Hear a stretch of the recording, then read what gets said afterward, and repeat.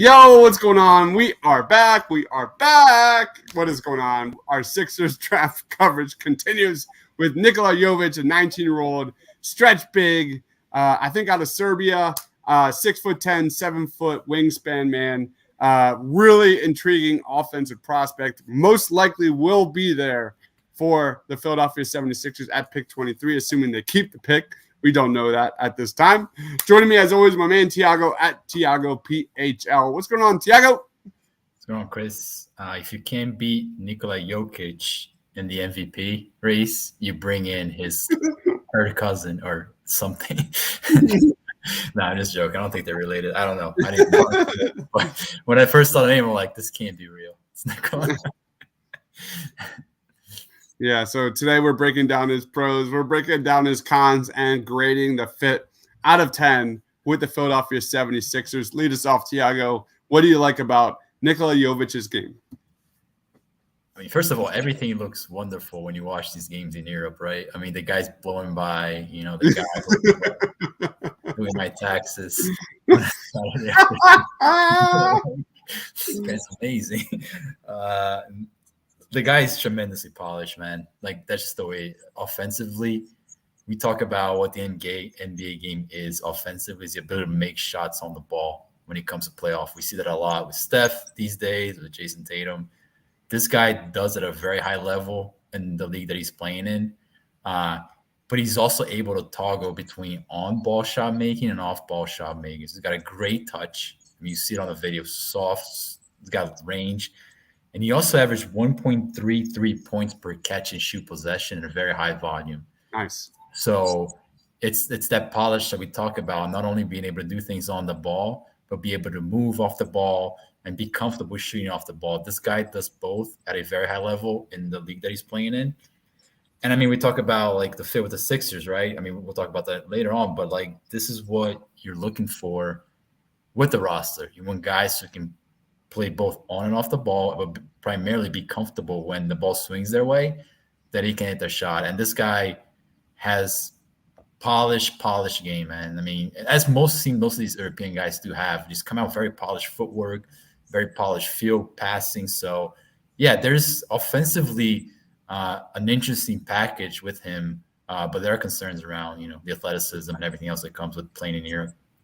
Yeah, we'll get to that in a second, but you pretty much nailed it, man. Offensively wise, his polish is really intriguing. His playmaking ability is really intriguing. This is a point guard in a small forward's body. He's efficient and smart when he's driving to the basket or when he's finishing around the rim. You can see it, man. He does a really good job of finding teammates when driving. He's very comfortable passing out of traps, finding cutters, handling the pick and roll. It's really impressive at a 19-year-old. To be able to kind of check off all these different boxes. He's strong at creating for others in transition. He's got really good vision, really good vision. He's got really good ball skills. So we already kind of touched on the pick and roll stuff, but that's kind of what you see is that's what's most impressive about Nikola Jovic is what his potential is in the pick and roll and what you think and how you think that translates to the next level. But let's go into cons because I've got a lot to talk about here. Yeah, I mean, this guy's a lottery pick if you factor in the fact that if he had athleticism, that would translate. And I'm not sure that's going to happen because when you watch him defensively, it's tricky in that league. So very upright, does not move well laterally at all. I mean, teams are going to put him through screens like he's never seen anything like that in his life before. And I just don't see him being able to defend that with the quickness that he's displayed so far in that league. He's also going to get bullied by stronger guys, man. I mean, if you're going to play that power forward position in NBA, you better come with it, man. And I just don't see that in his body, at least not right now. So defensively is where you really kind of see the athleticism take a massive back seat. And, yeah, that is concerning because we talked about, like, offensive, the polish is there to be a lottery pick and to be fit on many teams, but I don't know how you can survive with his defense, especially for a team like the Sixers, right? He has a couple guys who are really poor defenders, to say the least. For me, you look at the turnovers, man. 2.7 turnovers per game.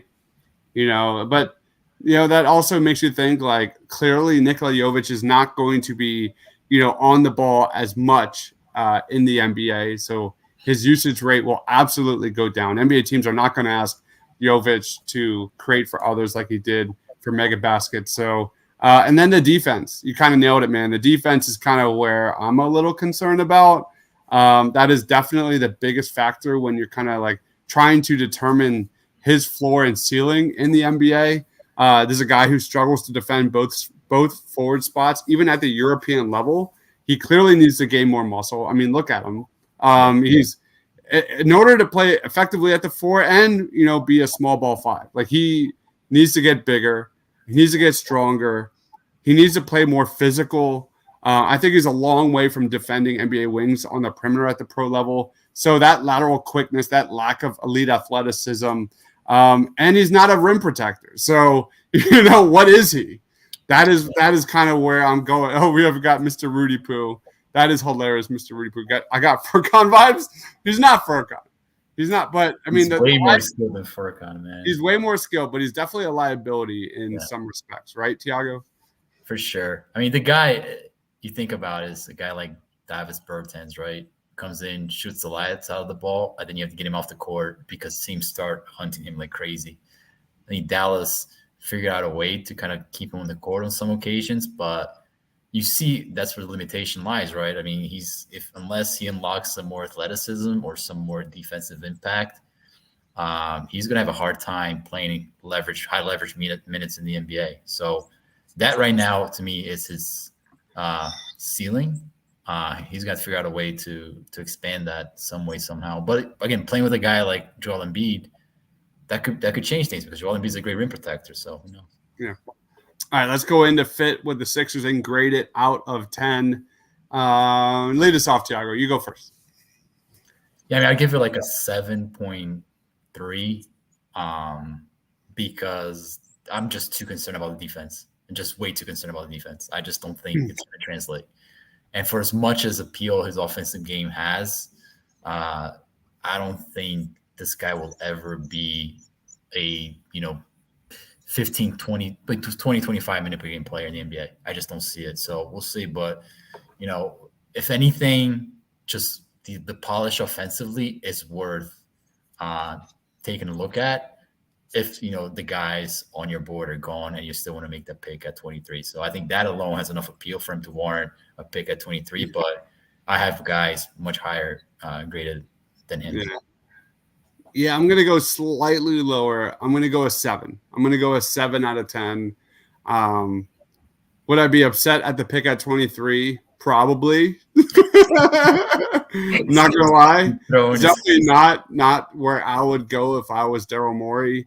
No, I mean, yes, the Sixers need as many playmakers as possible. And this is a guy who could potentially do that at that position. I think he has intriguing upside. He's only 19, so that's something.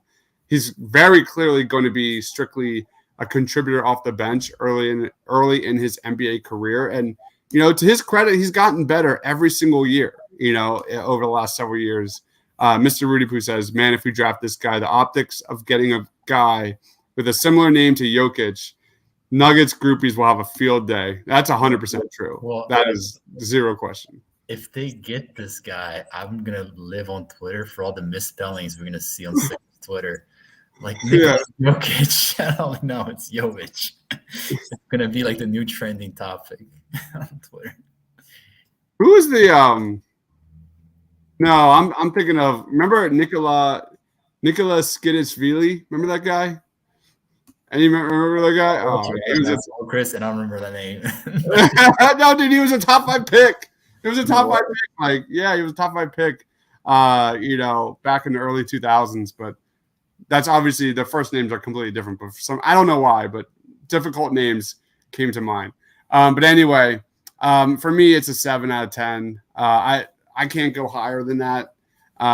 We've been doing this for a couple weeks now. Pretty much this is definitely the lowest score I've given out of all these prospects so far. And this is Thiago, the only one that would be like, I don't like it. I don't like it. This is a 10 out of 10 fit. You know where? Where? front office and management can draft them and stash them and not have to pay him anything. So well, we just took Philippe Petrusev, who obviously they're no, totally different players. They're totally different, but yeah.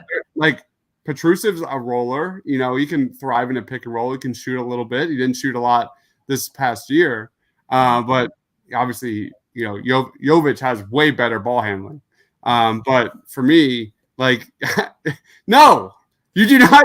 If you're Sixers and you're keeping the pick, you do not take a draft and stash, or I'm throwing this goddamn computer out the window. There's no. We need contributors.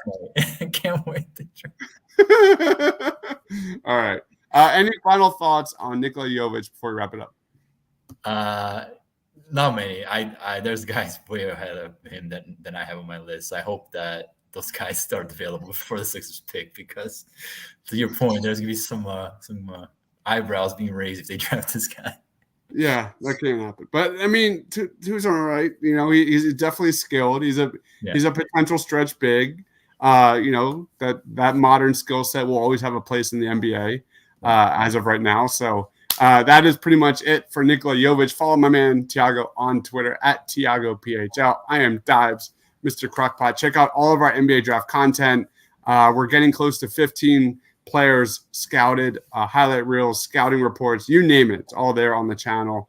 And expect a lot. Like, I'm trying to get at least 20 guys covered, and I'm going to break it down into different categories and grade them accordingly. So it's going to be a lot of fun, a lot of content coming up until June 23rd.